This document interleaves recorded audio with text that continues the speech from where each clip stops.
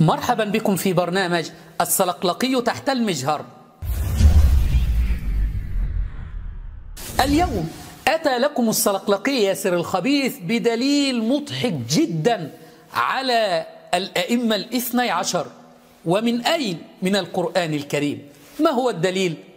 انظروا إلى وهن وضعف دين الشيعة. الدليل: وإذ استسقى موسى لقومه فقل نضرب بعصاك الحجر فانفجرت منه 12 عينا. 12 عينا أي دليل على الأئمة الاثني عشر.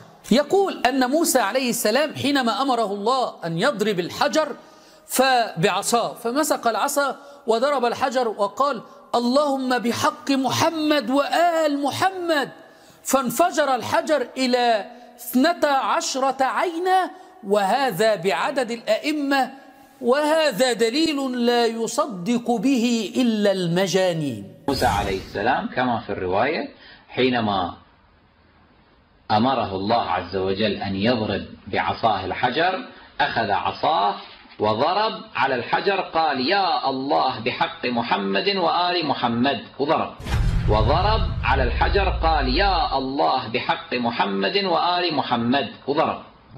اللهم صل على محمد وآل محمد. فبعد ما ضرب باسم محمد وآل محمد صار 12 شنو؟ عينا بعدد الأئمة الاثني عشر صلوات الله عليه. ويقولون هو من عند الله وما هو من عند الله، ويقولون على الله الكذب وهم يعلمون.